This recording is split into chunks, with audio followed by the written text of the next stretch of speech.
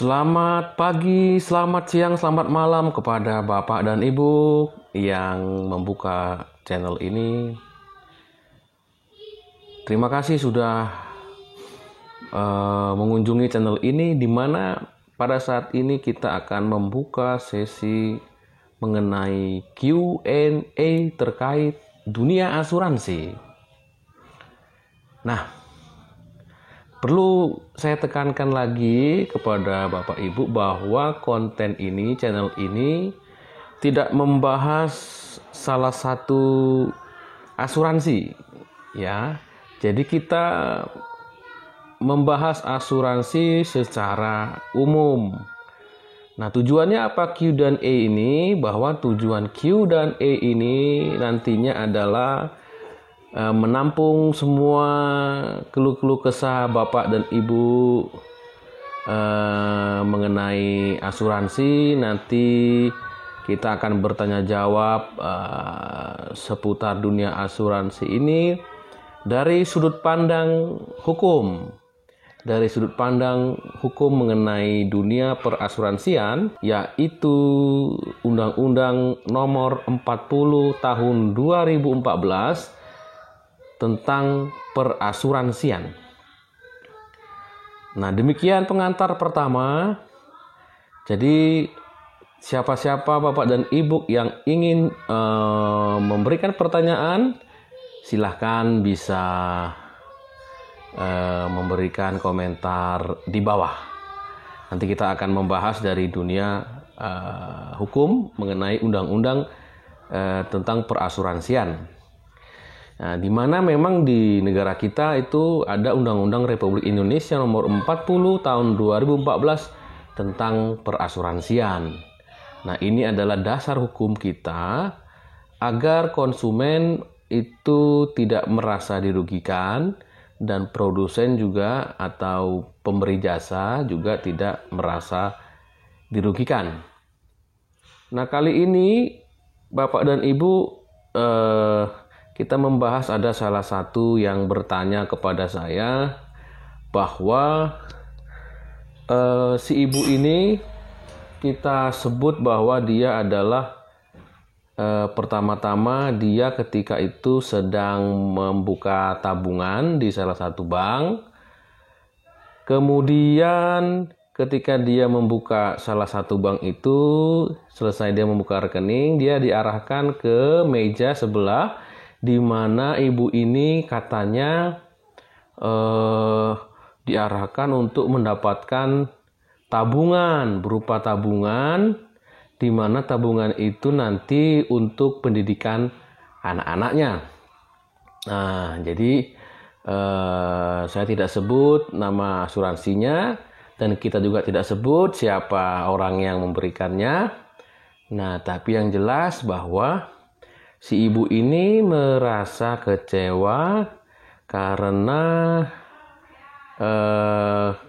dia katakan bahwa ketika dia mau melihat saldonya, ternyata uangnya itu sudah tidak seperti yang dia setor. Nah, sehingga terjadi komplain dengan lembaga asuransinya. Nah, ini adalah suatu hal yang didapatkan oleh ibu ini, dan saya yakin Bapak dan Ibu juga pernah mengalami hal yang sama. Tidak apa-apa, kita silakan bertanya di question and answer. Nanti kita akan bahas berdasarkan hukum Undang-Undang Nomor 40 Tahun 2014. Nah, Bapak dan Ibu, sekali lagi saya tekankan bahwa kita tidak membahas salah satu lembaga asuransi. Tapi tujuannya kita ini adalah kembali agar para nasabah, agar para lembaga asuransi sama-sama berintrospeksi, sama-sama melakukan perubahan yang ke arah yang positif, sehingga komplain-komplain ke depannya tidak terjadi, kemudian miskomunikasi tidak terjadi. Baik, kita akan coba membahas dari menjawab pertanyaan dari Ibu yang tadi, bahwa di sini kita bisa lihat bahwa Ibu ini merasa tidak diberikan informasi secara lengkap oleh agen asuransi ketika dia pertama sekali bergabung. Nah, mengapa demikian? Karena Ibu ini awalnya dia hanya tahu itu adalah tabungan untuk pendidikan. Dan ketika dia sudah berjalan 2 tahun, nah si Ibu ini mengatakan tabungan saya berkurang karena ada potongan-potongan dan juga ada investasi di situ, sehingga ketika harga saham turun maka tabungannya semakin sedikit dari apa yang dia setor.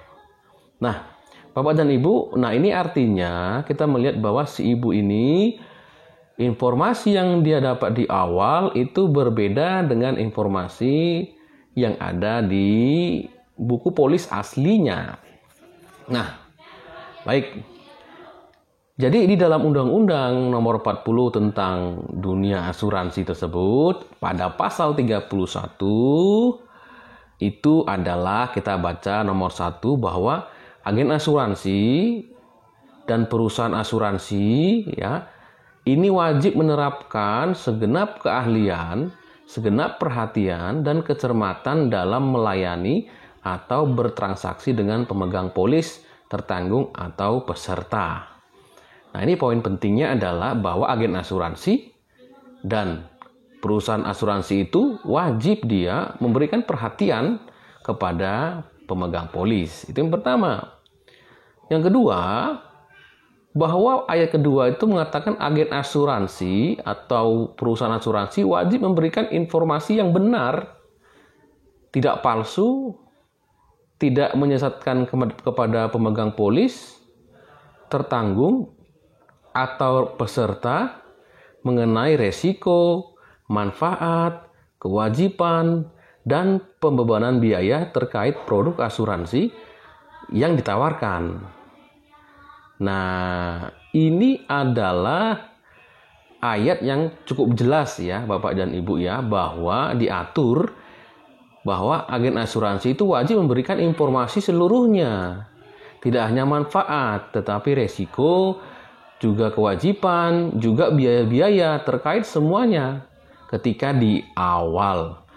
Nah, jadi buat Bapak-bapak nasabah asuransi, nah ini adalah sebuah pemahaman baru bahwa Bapak-bapak itu juga harus mempertanyakan kepada agen asuransi apa saja resiko-resikonya. Dan juga kepada para agen asuransi, ini juga menjadi semacam wadah bahwa banyak nasabah yang komplain. Nah, sehingga nasabah ini sebenarnya ingin mendapatkan informasi yang lengkap dari seluruh isi buku polis. Nah, itu mungkin jawaban dari pertanyaan Ibu ya, bahwa memang harusnya Ibu tahu isi dari semua penjelasan manfaat, resiko, dan biaya-biaya terkait produk asuransi yang Ibu sudah ambil. Dan ini agen asuransi dan perusahaan asuransi wajib memberikannya kepada para nasabah. Dan juga buat para nasabah, ke depannya juga di dalam ada yang kita sebut Undang-Undang Perlindungan Konsumen, itu ada di dalam kewajiban dari konsumen bahwa memang harus membaca seluruh isi dari apa yang ditawarkan dari produsen. Ya, ada hak konsumen, ada juga kewajiban konsumen. Itu kalau kita sedikit menyinggung mengenai Undang-Undang Perlindungan Konsumen. Saya kira cukup sekian dari saya mengenai jawaban mengenai kenapa yang ditawarkan di awal berbeda sama yang di ujung-ujungnya. Ya, jadi siapa saja Bapak dan Ibu yang ingin bertanya, nanti saya akan coba jawab berdasarkan hukum undang-undang asuransinya.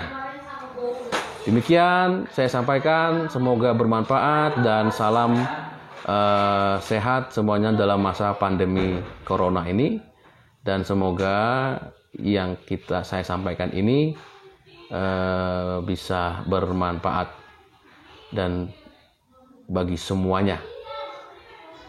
Sekali lagi saya jelaskan bahwa saya tidak membahas salah satu lembaga asuransi, tapi seluruh lembaga asuransi secara umum, dan konten ini adalah untuk memberikan pemahaman kepada para calon nasabah, para nasabah, dan para agen-agen asuransi dan perusahaan asuransi.